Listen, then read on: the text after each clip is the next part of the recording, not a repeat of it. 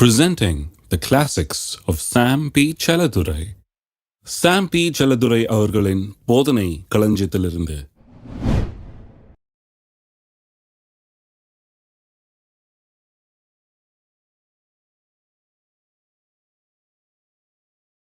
நான் உனக்கு போதித்து நீ நடக்க வேண்டிய வழியை உனக்கு காட்டுவேன், உன்மேல் என் கண்ணை வைத்து உனக்கு ஆலோசனை சொல்லுவேன். எப்படி நடத்துறாராம்? நான் உனக்கு போதித்து நடத்துவேன். அப்ப கர்த்தர் நம்ம நடத்துறாருன்னு சொன்னா எப்படி நடத்துறாராம்? போதித்து நடத்துறாரு. எவ்வளவு பாருங்க மரியாதை பாருங்க மனுஷனுக்கு. அங்க நீங்கள் வலதுபுறமாய் சாயும் போதும் இடதுபுறமாய் சாயும் போதும் வழி இதுவே, இதிலே நடவுங்கள் என்று உங்களுக்கு பின்னாலே சொல்லும் வார்த்தையை உங்கள் காதுகள், என்ன அழகா சொல்லியிருக்கு பாருங்க. நீங்க லெஃப்டோ ரைட்டோ திரும்பும் போது உங்களுக்கு பின்னால் இருந்து ஒரு சின்ன சத்தம் கேட்குமா, வழி இதுவே இதிலே நடவுங்கள்னு. என்ன ஜென்டலா நடத்துறாரு பாருங்க. ஆவியானவர் நடத்துகிறதுன்றது ஒரு அற்புதமான ஒரு காரியம். அதை அவர் பலவந்தம் பண்றது இல்லை, கண்ணை காட்டி நடத்துறாரு, போதித்து நடத்துறாரு. இடது பக்கம் வலது பக்கம் நம்ம திரும்ப நினைக்கும் போது அவர் சொல்றாரு, இந்த வழியா போன்னு. பின்னால் இருந்து ஒரு சத்தம் வருது, பின்னால் இருந்து ஒரு தள்ளுதல் வருது இல்லை, பின்னால் இருந்து என்ன வருது, ஒரு சின்ன சத்தம் வருது. என்ன அருமையா வேதவசனம் சொல்லுது பாருங்க. ஒரு நடைமுறையில் எப்படி இது நடக்கிறது என்கிறது குயிக்கா சொல்றேன் பாருங்க. எப்படி நடத்துறார் ஆண்டவர்? அவர் முதலாவது நம்மை சத்தியத்தின்படி நடத்துகிறார். கடவுள் உங்களை நடத்துறாருன்னு சொன்னா சத்தியத்துக்கு அப்பாற்பட்ட விதத்தில் நடத்தவே மாட்டார், சத்தியத்தின்படி தான் நடத்துவார். சத்தியம் ஒன்று, ஆவியானவர் நடத்துறது இன்னொன்னா இருக்காது. ஆவியானவரும் வேத வசனமும் விரோதிகள் அல்ல, இல்லையா? வேத வசனம் என்ன சொல்லுதோ அதான் ஆவியானவர் சொல்லுவார், ஆவியானவர் என்ன சொல்றாரு அதுதான் வேத வசனம் சொல்றாரு. ஏன்னா அவர் கொடுத்த வசனம் தானே இது, ஆவியானவர் கொடுத்த வசனம் தான். அதை போதிக்கிறதுக்கு தான் ஆவியானவர் நமக்குள்ள இருக்கிறார். எப்பவும் சத்திய வசனத்தின்படி தான் நடத்துவார். அப்ப பாருங்க, சிலர் தீர்க்கதரிசனம் சொல்றாங்க, இதெல்லாம் பண்றாங்க. அப்ப ரொம்ப ஜாக்கிரதையா இருக்கணும். அது என்ன, யாரோ ஒருத்தர் சொன்ன தீர்க்கதரிசனத்தை நம்பி போயிடக்கூடாது. நம்ம அது சத்தியத்தின்படி இருக்கிறதான்னு பார்க்கணும். ஏன்னா என்ன கர்த்தர் நடத்துறாருன்னா சத்தியத்தின்படி தான் நடத்துறாரு. ஒருத்தர் தீர்க்கதரிசனம் சொல்லலாம், ஆனால் சத்தியத்தின்படி இருக்குதான்னு நானே பார்க்க வேண்டும். வெறும் தீர்க்கதரிசனத்தை பார்க்க கூடாது, சத்தியத்தையும் பார்த்து ஒரு அப்ஜெக்டிவ் செக், ஒரு அப்ஜெக்டிவ் டெஸ்ட் ஒன்று இருக்குது. இந்த தீர்க்க தரிசனம் சரியானதான்னு எனக்கு தெரியும் இல்லையா? இல்லைன்னா வெறும் தீர்க்க தரிசனத்தை நம்பி கெட்டு போக வேண்டியதான். அப்ப வசனத்தின்படி இருக்கிறதா என்பதை பார்க்கணும். வசனத்தின்படி ஒருத்தன் தீர்க்க தரிசனம் சொல்லணும், அது தீர்க்க தரிசனம் சரியே கிடையாது, அது ஆவியானவரிடத்திலிருந்து வந்தது கிடையாது. சத்தியத்தின்படி தான் ஆவியானவர் நடத்துகிறார். அப்ப யாராவது வந்து கர்த்தர் எனக்கு இப்படி சொன்னார், நான் இந்த தரிசனம் பார்த்தேன், இப்படி பார்த்தேன், அதை பார்த்தேன், இந்த சொப்பனம் கண்டேன். சரி, கர்த்தர் காமிச்சிருக்கலாம், நம்மளை பற்றி இன்னொரு ஆளுக்கு சில காரியங்களை கர்த்தர் காமிக்கலாம். அவங்க வந்து சொன்னாங்கன்னு சொன்னா அது சத்தியத்தோடு எப்படி கம்பேர் ஆகுது? வேத வசனத்தோடு அது ஒத்து போகிறதா? வேத வசனத்துக்கு ஏற்றதா இருக்கிறதா? வசனத்துக்கு ஏற்றபடி இருக்குதா? அதனால தான் பாருங்க, நம்ம வந்து வசனத்தில் வல்லவர்களாக இருக்க வேணும். என்ன எழுதி இருக்குது, இதனுடைய அர்த்தம் என்ன, இதை விளங்கி கொள்றதுல ரொம்ப கவனமாக இருக்கு. நம்ம ஒழிய மற்றதில் கவனம் செலுத்த வேண்டிய அவசியம் கிடையாது. ஏன்னா இதுதான் நம்ம காப்பாற்ற போகிறது. ரொம்ப முக்கியம் பாருங்க. இல்லைன்னா நம்ம என்ன பண்ணுவோம், யாரோ சொல்றதை வச்சுதான் நடக்கணும். அதை ஜட்ஜ் பண்றதுக்கு எந்த விதமான வாய்ப்பும் இல்லாமற் போய்விடுகிறது, எந்த விதமான ஒரு வழியும் இல்லாமல் போயிடுது. அது சரியா இல்லையான்னு நம்ம ஜட்ஜ் பண்ணி பார்க்கறதுக்கு எந்த விதமான வழியும் இல்லாமற் போய்விடுகிறது. ரொம்ப கவனமாக இருக்க வேண்டும். அப்போ தேவன் நம்மை சத்தியத்தின்படி நடத்துகிறார். நிறைய இந்த உலகத்தில் நிறைய வஞ்சிக்கிற ஆவிகள் இருக்குது, பொய்யையும் புரட்டியும் சொல்லி ஏதாவது தவறான வழியில் நடத்துகிறார். அப்படிப்பட்ட ஆவிகள்லாம் கூட கிரியை செய்து கொண்டிருக்கிறது. வெறும் பரிசுத்தாவியானவர் மட்டுமல்ல, இப்படிப்பட்ட ஆவிகளும் கிரியை செய்து கொண்டிருக்கிறது. மனுஷரை வஞ்சித்து தவறான வழியில் கொண்டு போகிறதுக்கு அப்படியே வேலை நடக்கிறது. சில நேரத்தில் கிறிஸ்தவர்கள் என்று சொல்லிக் கொள்கிறவர் மூலமாகவும் அது நடக்கிறது. ஹலோ, பிசாசே வந்து நான் தான் பிசாசே அப்படின்னு சொன்னால் முதல்ல வெளியே போன்றுவீங்க நீங்கள். ஆனால் பைபிளை தூக்கிட்டு ஒரு ஆள் வந்தால் வாங்க பிரதர், ஜெபம் பண்ணுங்க பிரதர்ன்றீங்க இல்லையா? அதனால பிசாசு தெரிஞ்சுக்கிறான், பைபிளோட தான் போகணும் இவர் வீட்டுக்கு. ஹலோ, இருக்கீங்களா? இங்கே போனால் எப்படி போகணும்? பைபிளோட போகணும். அப்போ இவர் ஏற்றுக்குவார். அப்போ நம்ம என்ன தீர்க்கதரிசனம் சொன்னாலும் இவர் ஏற்றுக்குவார். அப்போ நான் என்ன சொப்பனம் சொன்னாலும் இவர் தெரியும். அவனுக்கு பிசாசு நல்லா புரிஞ்சு வச்சிருக்கிறான் பாருங்க. அவன் வந்து 2 கொம்பு ஒரு வாளோட வந்து நிற்க போகிறது இல்லை உங்கள் வீட்டில். அவன் இப்படி தான் ரெப்ரசன்ட் பண்ணுகிறான், இப்படி தான் செய்கிறான் பாருங்க. அதனால் ரொம்ப ஜாக்கிரதையாக இருக்க வேண்டும். பொதுவாகவே ஆவியானவர் நம்மை நடத்துகிறார். எவர்கள் ஆவியினால் நடத்தப்படுகிறார்களோ அவர்கள் தேவனுடைய புத்திரராய் இருக்கிறார்கள். அப்போ நான் சொல்கிறேன், யாரோ ஒருத்தர் சொன்னார் பிரதர், அவர் சொன்னால் கரெக்டாக இருக்கும் அப்படின்னு சொல்கிறாங்க. நான் சொல்கிறேன், உங்களுக்கு சொல்ல மாட்டாரா? நீங்கள் தேவனுடைய பிள்ளை இல்லையா? ஆவியால் நடத்தப்படுகிறவர்கள் தேவனுடைய புத்திரராக இருக்கிறார்கள்னு சொல்லப்பட்டிருக்குது. அப்போ நீங்கள் புத்திரர் இல்லையா? நீங்கள் குமாரர் இல்லையா கடவுளுக்கு? அவர் மட்டும் தான் குமாரரா? இல்லை பிரதர், அவருக்கு வரம் இருக்குது பிரதர். நான் கேட்குறேன், வரம் பெற்ற தேவதாசர்கள் ஆவியினால் நடத்துகிறார் நான் சொல்லியிருக்கீங்க? கிடையாது. எவர்கள் ஆவியினால் நடத்தப்படுகிறார்களோ அவர்கள் தேவனுடைய புத்திரராய் இருக்கிறார்கள். எவர்கள் ஆவியினால் நடத்தப்படுகிறார்களோ அவர்கள் வரம் பெற்ற தேவதாசர்கள் சொல்லியிருக்கா? கிடையாது. எவர்கள் ஆவியினால் நடத்தப்படுகிறார்களோ அவர்கள் தேவனுடைய புத்திரராய் இருக்கிறார்கள். அப்ப நீங்க பிள்ளை இல்லையா? உங்களை நடத்த மாட்டாரா? நான் கேட்கறது உண்டு ஜனங்களை. ஏன் அவர்கிட்ட தான் சொல்லுவாரா? உங்கள்கிட்ட சொல்ல மாட்டாரா? உங்கள்கிட்ட பேசவே மாட்டாரா கர்த்தர்? நீங்க ஒண்ணுமே கிடையாதா? நீங்க அவருக்கு பிள்ளையே கிடையாதா? நீங்கள் யாரும் அந்நியனா? அவர்கிட்ட சொல்லி அப்புறம் அவர் உங்களை தேடிட்டு வந்து கர்த்தர் எனக்கு சொன்னார் இப்படி சொல்கிறதுக்கு? கர்த்தர் உங்களிடத்துல சொல்வார், நிச்சயமாக உங்களிடத்துல உங்களை நடத்துவார். எப்படி நடத்துவார்? போதித்து நடத்துவார், கண்ணை காட்டி நடத்துவார், பின்னாலேருந்து ஒரு சத்தம் கொடுத்து நடத்துவார். அதை ஞாபகம் வச்சுங்க இல்லையா? உங்களை நடத்துவார். நம்ம அந்த கண்ணை காட்டுறதையும் கற்றுக்கிறது இல்லை. ஒரு வீட்டில் ஐயா மாதிரி எப்படி கற்று வச்சுருக்கிறாங்க பாருங்கள். அதை அந்த அம்மா கண்ணை காட்டினா இவருக்கு உடனே அந்த பாஷையே விளங்கிடும். அது ஒரு தனி லாங்குவேஜ். அது அவங்க வீட்டு அம்மா கண்ணை காட்டினோடனே சாப்பாடு ஆயிடுச்சா இல்லையா, ஆகுமா ஆகாதா எல்லாம் விளங்கிடும் பாருங்க அவருக்கு. இன்னைக்கு இங்கே சாப்பிட்றோமா வெளியே சாப்பிட்றோமா இல்லை சாப்பிட மாட்டோமா எல்லாம் கண்ணிலே முடிச்சிருவாங்க விஷயத்தை. அப்படியே கண்ணு உருளும் பாருங்க. இங்கேருந்து அங்கே அங்கே லாங்குவேஜ் ஸ்டெனோகிராஃபர் மாதிரி கட கட கடன்னு அடிச்சு விட்ருவாங்க கண்ணுலேயே. ஐயா கரெக்டாக பார்ப்பாரு, பார்த்தோன்னே விளங்கிக்கும். நம்மகிட்ட அப்புறம் சொல்லார், இது பிரதர் இப்படி பிரதர் எல்லாம் அங்கே வந்தது நியூஸ். அப்படியே டெலிகிராஃபிக் இது மாதிரி வந்துருச்சு. அது அவ்வளோ கரெக்டாக மனைவியினுடைய கண்ணை சேவை கற்று வச்சிருக்கிறாங்க. கத்தர் கண்ணை அசிச்சா இவங்களுக்கு ஒன்றும் தெரியவே மாட்டேங்குது. எப்போ கண்ணை அசிச்சார் பிரதர், எப்படி அசிச்சார் பிரதர்? அதுதான் கத்தரோட ஐக்கியம் ரொம்ப முக்கியம். மனைவி கண்ணை சேவை கற்றுக்கிறது வேற, ஆனால் அதை விட முக்கியமானது கத்தருடைய கண்ணை சேவை கற்றுக்கொள்ளணும். அவருடைய அந்த ஜென்டில் லீடிங்கை நாம் புரிந்து கொள்ள வேண்டும். We must be sensitive to the gentle leading of the holy spirit. அதுக்கு சென்சிட்டிவாக இருக்கணும். எப்படி மனைவி கண்ணை செய்கிறத புரிஞ்சுக்க கற்றுக்கிட்டீங்களோ அதே மாதிரி தான் இதுவும் கற்றுக்க வேண்டியது அவசியமாக இருக்கிறது. போதனையின் மூலமாக நடத்துகிறார், பின்னாலிருந்து சத்தம் கொடுத்து நம்மை நடத்துகிறார். அப்போ கர்த்தர் நம்மை நடத்துகிறார். எத்தனை பேர் சொல்கிறீங்க கர்த்தர் நம்ம நடத்துகிறாருன்னு? எல்லாம் சொல்லுங்க, நான் தேவனுடைய பிள்ளை, கர்த்தர் என்னை சத்தியத்தின் மூலம் நடத்துகிறார். இது ரொம்ப முக்கியமான ஒரு காரியம். சத்தியத்துக்கு ஒவ்வாத காரியம் வந்தால் அது சரியே கிடையாது. சிலர் சொல்லுவாங்க, சில கல்யாண விஷயத்துல நான் பார்த்துருக்கேன் பாருங்க. சிலர் சொல்லுவாங்க, நான் சொல்கிறேன்ப்பா கர்த்தர் எனக்கு காமிச்சார், நீ பண்ணிக்கோ இந்த பொண்ணை. இப்படிலாம் சொல்கிற ஆளுகள்லாம் உண்டு. நான் சொன்னேன் கர்த்தர் எனக்கு காமிச்சிருக்காரு, நீ இவருக்கு சொன்னதுனால நம்ம பண்ணிக்கணுமா? நான் தப்பாக இருக்கேன்னு நினைக்கிறியா? நீ அப்போ நான் தப்பாக சொல்லிடுவேன்னு நினைக்கிறியா? நான் எத்தனை வருஷம் ஊழியத்தில் அனுபவம் தெரியுமா எனக்கு? 30 வருஷம். எத்தனை பேர் என்கிட்ட வந்து கேட்குறாங்க தெரியுமா? ஒரு நாளைக்கு 50 பேர் என்கிட்ட வந்து கேட்டு போகிறாங்க. நீ ஏன் கேட்கக்கூடாது? நான் சொல்கிறேன், நீ செய். ஹலோ, எல்லாம் முருன்னு முழிக்கிறீங்க. அப்படி சொன்னாலே அது தப்புன்னு அர்த்தம். ஏன்னா நான் சொல்கிறேன் நீ செய்யின்னு சொல்லி வேதம் சொல்லலை. கர்த்தர் நம்மை மதிக்கிறார். அங்கே எனக்கு மரியாதையே கிடையாது. நான் என்ன அப்போ நான் ஒன்றுமே இல்லையா? எனக்கு எந்த மூளையும் கிடையாதா? எனக்கு சிந்திக்கவே முடியாதா? நான் ஒரு தீர்மானத்தை எடுக்கவே முடியாதா? யாரோ சொன்னதுனால நான் பேசாமல் செஞ்சிடணுமா? அப்போ எனக்கு என்ன மரியாதைங்க? எனக்கு ஒரு மரியாதையும் அங்கே கிடையவே கிடையாது.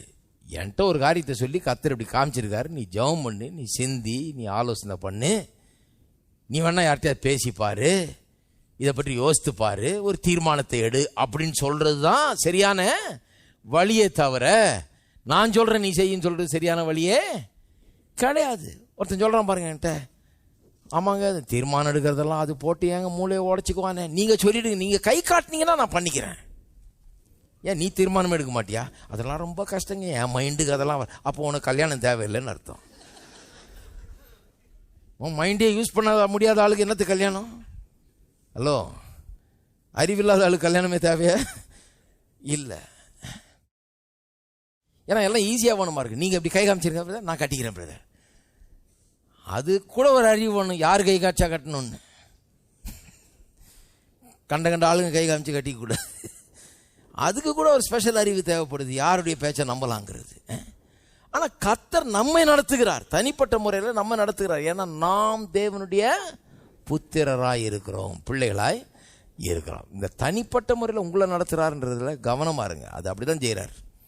யாரோ சொல்லி நீங்கள் செய்ய வேண்டிய அவசியம் கிடையாது. அவங்க சொல்லலாம், ஆனால் நீங்கள் உங்கள்கிட்ட ஆவியானவரை சொல்லி, ஆமாம் நான் தான் சொன்னேன், அவருக்கும் சொல்லியிருக்கேன், இன்னும் 2 பேருக்கும் சொல்லியிருக்கேன், அவங்களாம் சொல்லியிருக்காங்க, நான் சொல்கிறேன் இப்போது, அதுதான் கரெக்டு, செய்யின்னு சொன்னாலும் செய்யுங்க. ஆல்ரைட். சரி, 2வது சத்தியத்தை குறித்த வெளிப்பாட்டை நமக்கு தர்றார். போதித்துணை நடத்துகிறேன்னு சொல்கிறார் இல்லையா, ரொம்ப முக்கியம் பாருங்க.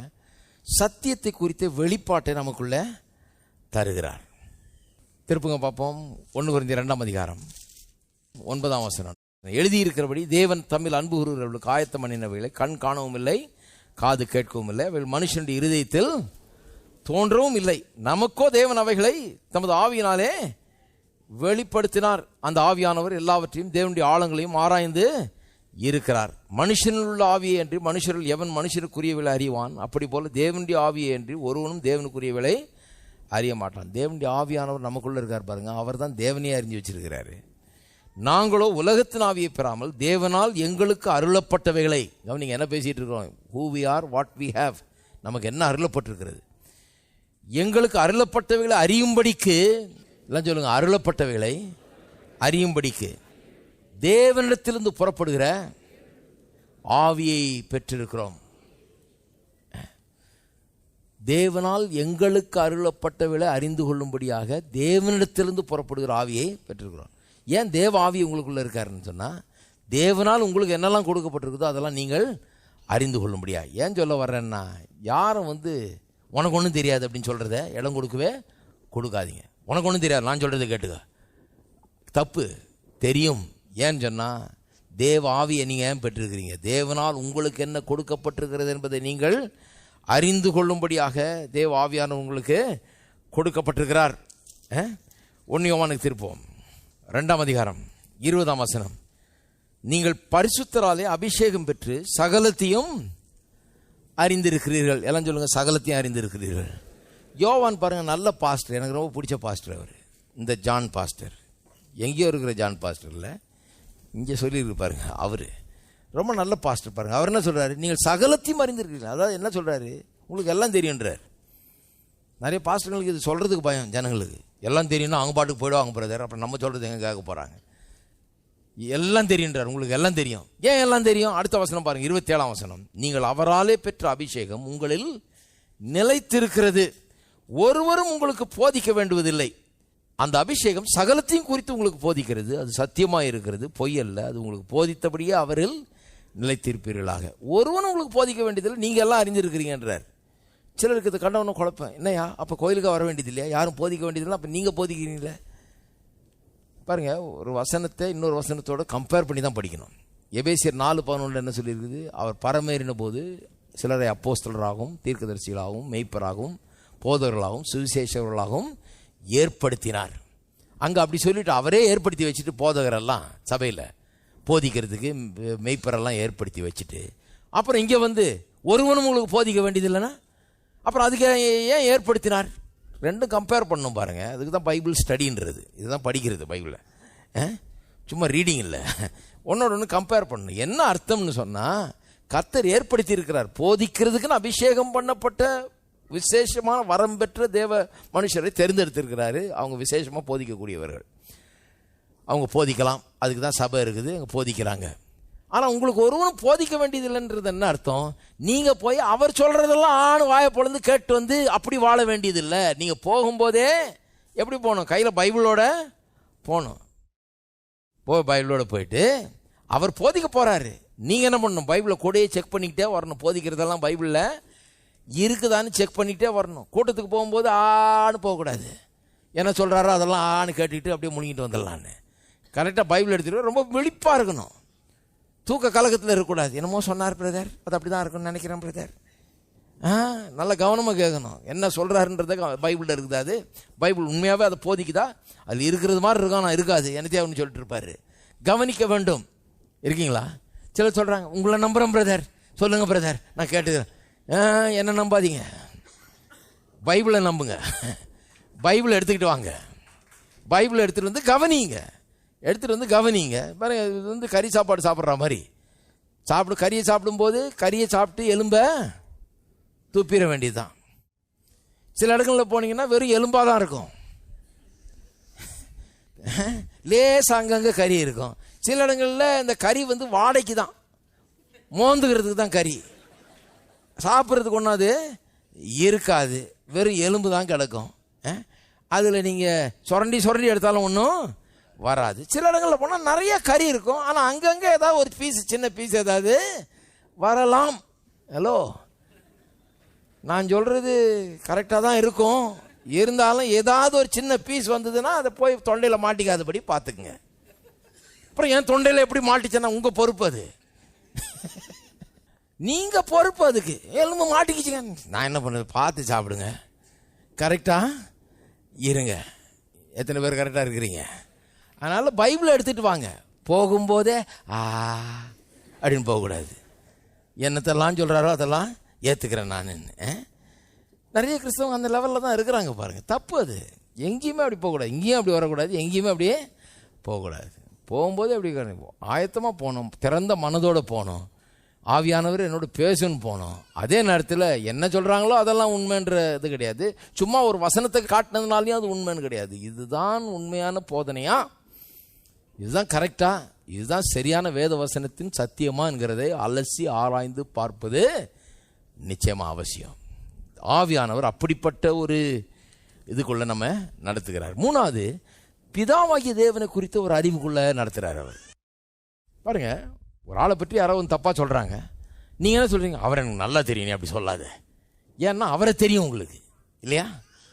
அப்போ கிறிஸ்தவ ஜீவியத்தில் இது ரொம்ப முக்கியம். பாருங்கள், கடவுளை நீங்கள் பர்சனலாக ரொம்ப தெரிஞ்சு வச்சுருக்க, ஆழமாக தெரிஞ்சு வைத்துக்க வேண்டியது ரொம்ப அவசியம். இல்லைன்னா யாரோ அவன் சொல்லுவாங்க, கர்த்தர் தான் உனக்கு இதை கொடுத்தாராக்கும், கர்த்தர் தான் உன்னை கொன்னாராக்கும், கர்த்தர் தான் உன்னை இப்படி நாசமாக்குனாராக்கும், கர்த்தர் தான் உன்னை இப்படி பண்ணிட்டாராக்கும், கர்த்தர் தான் இந்த அழிவுக்கெல்லாம் காரணமாக்கும், கர்த்தர் தான் உன் நஷ்டத்துக்கெல்லாம் காரணமாக்கும், உன் கஷ்டத்துக்கெல்லாம் அவர் தான் காரணமாக்கும், ஏன் கர்த்தர் அப்படி பண்ணாருன்னு தெரியல. இப்படிலாம் பேசுகிற ஆளுங்கள்லாம் இருப்பாங்க. அப்படி பேசும்போதே உங்களுக்கு என்ன தெரியும், கர்த்தர் அப்படி பண்ண. நீங்கள் என்ன சொல்லணும், நான் எனக்கு தெரிஞ்ச கர்த்தர் நல்லவர், அவர் ஊரெல்லாம் போய் எல்லார் வியாபாரத்தையும் நஷ்டப்படுத்தி கஷ்டப்படுத்தி ஜனங்களை அழிவை ஏற்படுத்தி எல்லாரையும் கெடுக்கிறவர் அல்ல, அவர் நல்லவர். அவரை பற்றி அப்படி பேசாதீங்க. ஹலோ, அவரை பற்றி அப்படி பேசாதீங்க. என் கர்த்தரை எனக்கு தெரியும் அப்படி சொல்லாதீங்க. அப்போ கர்த்தரை குறித்த இந்த அறிவு, தேவன் யார், பிதா எப்படிப்பட்டவர் என்பது குறித்த அறிவு எங்கேருந்து வருது? தேவ ஆவியானவர் நம்ம அதுக்குள்ளே நடத்துகிறார். கர்த்தர் எப்படிப்பட்டவர் என்பதை காண்பிக்கிறார். இன்னொன்று, கன்விக்ஷன் ஆஃப் சின், இதுலேயும் நடத்துகிறார். ஆவியானவர் நடத்துகிற இன்னொரு காரியம் என்னன்னா, he leads us into a conviction of sin. பாவம் செய்யும்போது அந்த பாவத்தை கண்டித்து உணர்த்துகிறார். கண்டித்து உணர்த்தலைன்னா அப்புறம் நம்ம பிள்ளைகள் இல்லைன்னு அர்த்தம். உங்கள் பிள்ளை தப்பு செய்யும்போது கண்டித்து உணர்த்த மாட்டிங்களா? இல்லைன்னா நாளைக்கு பிள்ளை என்ன கேட்கும், நீ ஏன் அப்பவே சொல்லலை, இல்லையா, பார்த்துட்டு பேசாமல் தானே இருந்தேன் அப்படின்னு கண்டித்து உணர்த்துகிறார். அது சொல்கிறாரு தப்புன்னு. நான் ரோமர்கள் நிருபத்தை பிரசங்கம் பண்ணிட்டு இருக்கும்போது என் ஞாபகம் இருக்குது, முடிஞ்சோடனே சிலருக்காக ஜெபம் பண்ணிட்டு இருந்தேன் பாருங்கள். என்ன ஒரு பையன் வந்தான், கண்ணெல்லாம் தண்ணி, அப்படியே நல்ல விசுவாசி பாருங்க, அவன் ஏதோ தப்பு பண்ணியிருக்கான், ஏதோ ஒரு பாவம் செஞ்சுட்டான் போல இருக்கு, ஒரே கண்ணிலெல்லாம் தண்ணி, பாஸ்டர் நான் பாவம் செஞ்சுட்டுனாக்கும் நான் ரட்சிக்கவே படலன்னு நினைக்கிறேன், நான் நரகத்து தான் போகிறேன்னு நினைக்கிறேன், எனக்கு நிச்சயமாக தெரியும் பாஸ்டர் அது அப்படின்றான். ஏன்டா ஏன் அப்படி பேசுகிற அப்படின்னு. பின்ன என்ன, ரட்சிக்கப்பட்டிருந்தானே இப்படி நடக்குமா பாஸ்டர், நான் இப்படி செஞ்சுருப்பேனா, நான் இந்த பாவம் நான் செஞ்சுருப்பேனா? இப்போ பாருங்கள், ஜெபம் பண்ண முடியல, பைபிள் வாசிக்க முடியல, கோயிலுக்கு வர முடியல, சமாதானமாக இருக்க முடியல, ஒன்றுமே இல்லை, எந்த விதமான பரிசுத்தமும் கிடையாது, ஒன்றும் கிடையாது, கெட்டு போயிட்டேன் பாஸ்டர் நான். இது ரட்சிக்கப்பட்டிருந்தானே அப்படி ஆயிருக்காது இல்லையா, நான் ரட்சிக்கவே படலன்னு நினைக்கிறேன் அப்படின்னா. நான் சொன்ன கொஞ்சம் இரு, கண்ணீரை தொட முதல்ல. என்ன நீங்கள் கண்ணீர் விட்டு அழுகிறதே எனக்கு என்ன சொல்லுதுன்னா, நீ ரட்சிக்கப்பட்டிருக்கிற அப்படின்னு தான் சொல்லுது. ஏன்னா அங்கே ரோட்டில் போயிட்டு இருக்கிறவன்லாமா இங்கே கண்ணீர் விட்டு அழுதுகிட்டு இருக்கிறான், பாவம் செஞ்சேன்னு. அவன் காலையில் எழுந்திரிச்சு குளிச்சுட்டு பவுடர் அடிச்சுக்கிட்டு சட்டையை மாட்டிக்கிட்டு ஸ்டைலாக கிளம்பிடுறான் பாவம் செய்யறதுக்கு சந்தோஷமா. அவன் பாவம் செஞ்சுட்டு சந்தோஷமாக வீட்டுக்கு போகிறான், ஒரு உணர்வும் இல்லாமல். ஆனால் நீ என்னைக்கோ ஒரு நாள் செஞ்ச அந்த ஒரு பாவத்துக்காக கண்ணீருன்னு விட்டுக்கிட்டு அவ்வளோ வேதனையோட இங்கே கண்ணீரோடு நிற்கிறியே, அதுவே எனக்கு என்ன சொல்லுது, நீ கடவுளுடைய பிள்ளை, அதனால தான் உனக்கு இந்த உணர்வே வந்திருக்குது அப்படின்னு. அன்னையோட கண்ணீர் நின்று போச்சு பாருங்க. கடவுளை பிள்ளையா இருக்கிறதுனால தான் கடவுள் ஒன்று உணர்த்துறாரு, கடவுள் ஒன்று கொண்டு வந்துருக்கிறாரு. பாவத்தை அறிக்கை செய்ய விட்டு விடு. ஆமா, செஞ்ச தப்பு தான், அதை அறிக்கை செய்ய விட்டு விடு. கத்திரிடத்துல திரும்பி வா. கத்தர் நீ ஒரு தப்பு செஞ்ச உடனே உன்னை போட்டு ஒரே அமுக்கி உன்னை அப்படியே அழிச்சிடுறது கிடையாது. பிள்ளை இல்லைன்னு பேர் எடுத்துறது கிடையாது. ஆவியானவர் அறிவுக்குள்ள உன்னை நடத்துகிறார், கண்டித்து உன்னை உணர்த்துகிறார். அப்போ ஆவியானவர் பாருங்க, ஆவியானவருடைய நடத்துதல் எப்படியெல்லாம் இருக்குது பாருங்க. சத்தியத்தின்படி நடத்துறாரு, சத்தியத்தை குறித்து வெளிப்பாட்டை தர்றாரு, பிதாவை குறித்த ஒரு வெளிப்பாட்டை தர்றாரு, குமாரனா இயேசு கிறிஸ்துவை குறித்த ஒரு வெளிப்பாட்டை தர்றாரு. நம்ம ஒரு ஆவிக்குரிய ஜீவியத்தில் அவர் நடத்துகிறாரு. ஆவியானவர் அன்றாடம் உங்களை நடத்தி கொண்டிருக்கிறார். எத்தனை பேர் அதை நம்புறீங்க? நடத்திக்கிட்டே இருக்கார். இப்போ என்னத்துக்கு வந்து இங்கே உட்கார்ந்து இருக்கிறீங்க? உங்களை நடத்திக்கிட்டு இருக்கிறார். என்ன கேட்டுட்டு இருக்கீங்க? உங்களை நடத்திக்கிட்டு இருக்கிறார். இன்னைக்கு கேட்டதன் மூலமாக உங்களுடைய வாழ்க்கையில் சில மாற்றங்கள் ஏற்படாது. ஆவியானவர் நடத்துறது. ஆவியானவர் உங்களை எப்படி நடத்துறாரு? போதித்து உன்னை நடத்துவேன். நடத்துறாருன்னு உடனே சிலருக்கு என்னன்னா, ஏதாவது தேவதூதன் வருவான், சொப்பனம் வரும், ஏதாவது தரிசனம் வரும். நடத்துவார்னு உடனே சிலருக்கு என்ன, சொப்பனம் வந்ததா, தரிசனம் வந்ததா, தீர்க்க தரிசனம் வந்ததா? ஏன்னா நடத்துறாருன்னா அப்படிதான் கிடையாதுங்க. இப்போ உட்கார்ந்துருக்கீங்க, நடத்துறார். எப்படி நடத்துறாரு? சத்தியத்துக்குள்ள நடத்துறாரு. சத்தியத்துக்குள்ள நடத்துறது மூலமாக உங்களுக்கு சரியான தீர்மானங்கள் எடுக்க, சரியான காரியங்களை செய்ய உங்களுக்கு அறிவு உண்டாகிறது இல்லையா? நடத்துறாரு. அப்ப நடத்துறாருன்னு உடனே வெறும் தரிசனம், தீர்க்க தரிசனம் அப்படி நினைக்கக்கூடாது. அதெல்லாம் ரொம்ப எக்ஸ்ட்ராடினரி. இது பொதுவாக நடத்துறாருன்னா எப்படி நடத்துறாரு? போதித்து நடத்துறாரு, கண்ணை காட்டி நடத்துறாரு, சின்ன சத்தத்தை கொடுத்து நடத்துறாரு. இப்படிதான் நடத்துகிறார் என்பது வேத வசனத்தின் சத்தியமாக இருக்கிறது. நாம் அனைவரும் தேவனுடைய பிள்ளைகளாக இருக்கிறோம். நம்மை தேவன் நடத்துகிறார், நடத்தி கொண்டிருக்கிறார். நமக்கு தெரியல நடத்துறார், நடத்திட்டு தான் இருக்கிறார். அதை நாம் உணர்ந்து கொள்ள வேண்டும்.